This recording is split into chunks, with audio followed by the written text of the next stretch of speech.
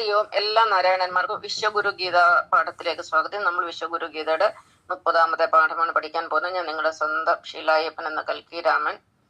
ഓം നമോ ഭഗവതേ വാസുദേവായ, ഓം നമോ ദേവി വസുന്ധരായ നമഃ. നമ്മളെല്ലാവരും ജഗത്പിതാവായ നാരായണന്റെയും ജഗന്മാതാവായ ഭൂമിദേവിയുടെ മക്കളാണ്. നമ്മളെല്ലാം ആത്മസഹോദരങ്ങളാണ്. ഇത് ഞാൻ എപ്പോഴും പറയുന്ന കാര്യമാണ്. നമ്മളെല്ലാം നാരായണനാണ്. നാരായണന്റെ മക്കൾ നാരായണൻ തന്നെയാണ്. നമ്മളിലെല്ലാം തുടിക്കുന്ന ഊർജം അല്ലെങ്കിൽ ആ ഒരു ആത്മാവ് അല്ലെങ്കിൽ ബയോ എനർജി, പ്രാണൻ എല്ലാം ഒന്ന് തന്നെയാണ്. നമ്മൾ മാത്രമല്ല, പക്ഷിമൃഗാദികളിലും വൃക്ഷലതാദികളിലും തുടിക്കുന്ന ജീവൻ ഒന്ന് തന്നെയാണ്. അതുകൊണ്ടാണ് പറയുന്നത് എല്ലാവരും ആത്മസഹോദരങ്ങളാണ്. നമ്മളെല്ലാം പരസ്പരം സ്നേഹിക്കുക. സ്നേഹം തന്നെയാണ് ഈശ്വരൻ. God is love. സ്നേഹം മാത്രമല്ല, ഭക്തി ഉണ്ടാവണം. നമുക്ക് നമ്മളോട് പ്രേമം ഉണ്ടാവണം. അതാണ് ഭക്തി. ഇന്ന് നമ്മൾ പഠിക്കാൻ പോകുന്നത് അവതാരങ്ങളെ കുറിച്ചാണ്. ഈ ഭൂമിയിൽ വിഷ്ണു ഭഗവാനാണ് അവതാരം എടുത്തിട്ടുള്ളത്. വിഷ്ണു ഭഗവാൻ മൊത്തം 24 അവതാരങ്ങളാണ് എടുത്തിട്ടുള്ളത്. അവതാരങ്ങളെ 3ആയിട്ടാണ് തിരിച്ചിരിക്കുന്നത്: അംശാവതാരം, ആവേശാവതാരം, പൂർണ്ണാവതാരം. 24 അവതാരങ്ങളില് പലതും അല്പകാലത്തേക്ക് എടുത്ത അവതാരങ്ങളാണ്, പിന്നെ കുറച്ചു കാലത്തേക്ക് എടുത്തുണ്ട്, പിന്നെ ജീവിതകാലം മൊത്തം അവതാരമായിട്ടിരുന്ന ആളുകളുമുണ്ട്.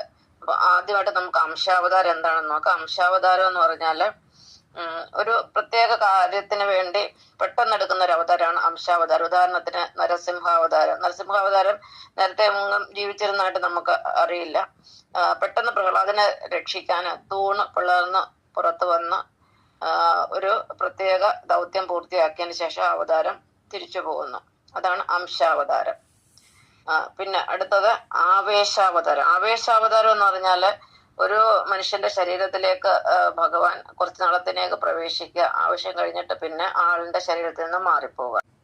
ആവേശാവതാരത്തിന് ഉദാഹരണമാണ് പരശുരാമൻ. പരശുരാമൻ സത്യത്തിലൊരു ശിവഭക്തനാണ്. അദ്ദേഹം ഇടയ്ക്ക് വിഷ്ണു ഭഗവാനെ തപസ് ചെയ്ത് അദ്ദേഹത്തിലേക്ക് വിഷ്ണു ചൈതന്യം ആവാഹിക്കപ്പെടുന്ന ഈ സമയത്താണ് ശ്രീരാമചന്ദ്രൻ തന്റെ സ്വയംവരമൊക്കെ കഴിഞ്ഞ് പത്നി സമേതനായി മാതാപിതാക്കളോടൊപ്പം അയോധ്യയിലേക്ക് എഴുന്നള്ളുന്ന ഈ സമയത്ത് 2 രാമന്മാരും തമ്മിൽ പരസ്പരം കണ്ടുമുട്ടുന്നു. പരശുരാമന്റെ കയ്യിലെ ചാപം ശ്രീരാമചന്ദ്രൻ ഓടിക്കുന്നു.